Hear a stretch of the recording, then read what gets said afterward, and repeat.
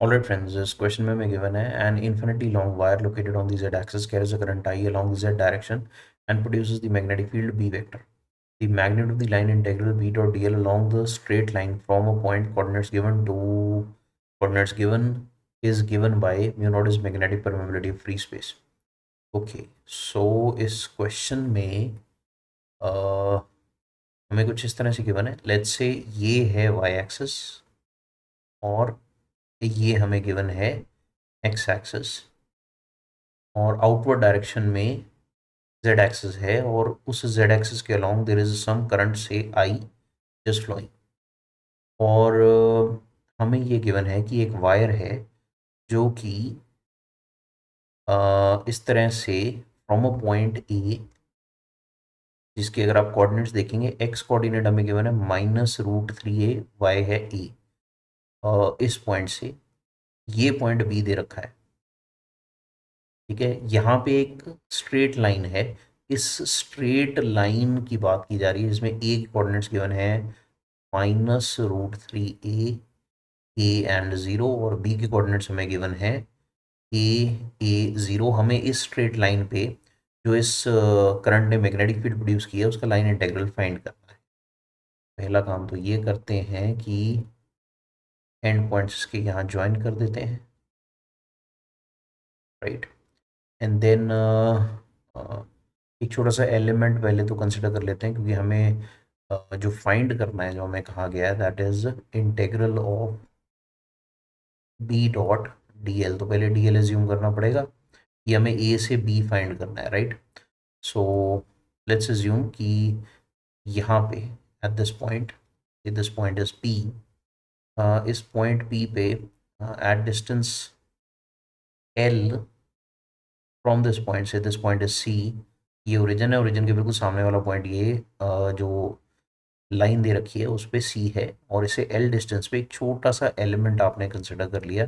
इस एलिमेंट की लेंथ है डी एल और हमें पता है स्ट्रेट वायर की वजह से जो मैग्नेटिक फील्ड होगी वो इस लाइन से 90 डिग्री के एंगल पे होगी. राइट हैंड थंब रूल लगा के चेक करिएगा.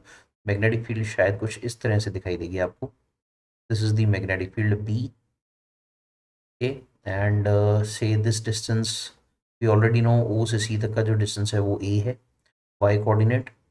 And this angle say is theta. So I think ये जो ओ से बी तक का डिस्टेंस है, if you assume this to be R, this will be A by cosine theta या ए सीकन थीटा आप लिख सकते हैं. Now let's fill in the values here. Magnetic field का मैग्नीट्यूड कितना है? देखिए, इन्फिनिट वायर की वजह से, स्ट्रेट वायर की वजह से ये होता है mu naught I by 2 pi R, right.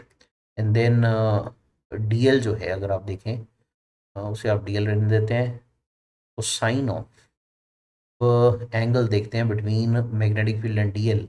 मेरे ख्याल से ये थीटा है तो ये वाला एंगल आपके पास 90 माइनस थीटा होगा. From the diagram this angle is 90. अगर ये 90 माइनस थीटा है, this is 90, it means this angle is theta, right. So in the diagram clearly, इसे हम थोड़ा सा नीचे कर देते हैं. This angle here is theta. So this angle would be 180 यानी pi minus theta in radiance. This is cosine pi minus theta here in the dot product, and then its integration from point A to point B. This is what we have to find out. ये हमसे पूछा गया. Okay, let's move further. This is mu naught I by 2 pi r की value अगर आप लिखेंगे that will be A by cosine theta. Now we have to also substitute the value of DL here. तो आप देखिए diagram में L जो है, this is I think A tangent theta clearly. और अगर आप डेरिवेटिव ले लें दोनों तरफ तो D L will come out to be A secant square theta D theta, right.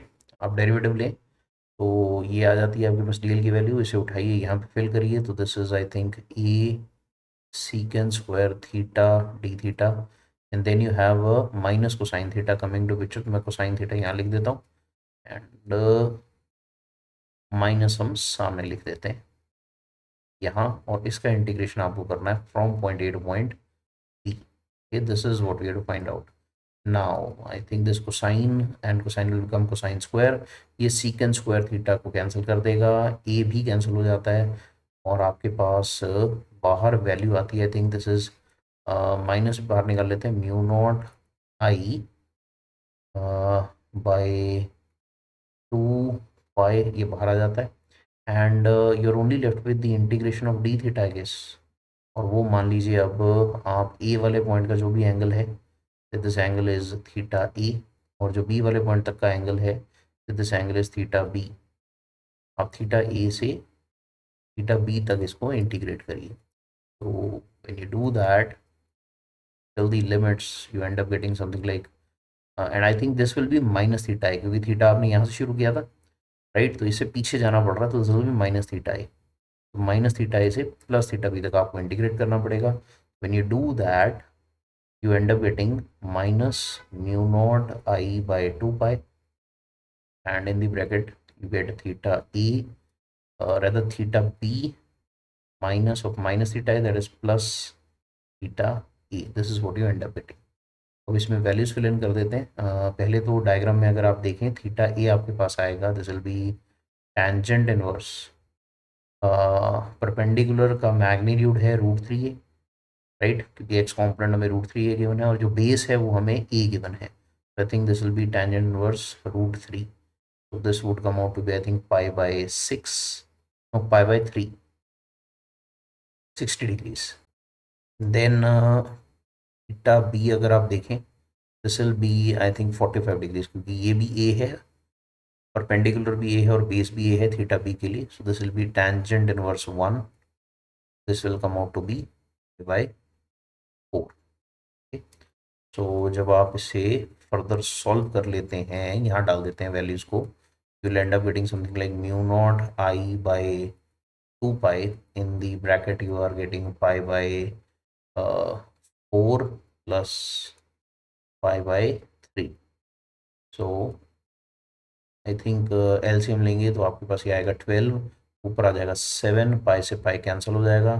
And on solving this completely, think ये आपके पास आ रहा है minus mu naught I, rather minus 7 mu naught I by 24, 12 into 2 is 24 here, right? तो ये आपके पास answer आ रहा है। तो उन्होंने हमें क्वेश्चन में शायद मैग्नीट्यूड ही पूछा है इसका। So the mod of the line integral of the magnetic field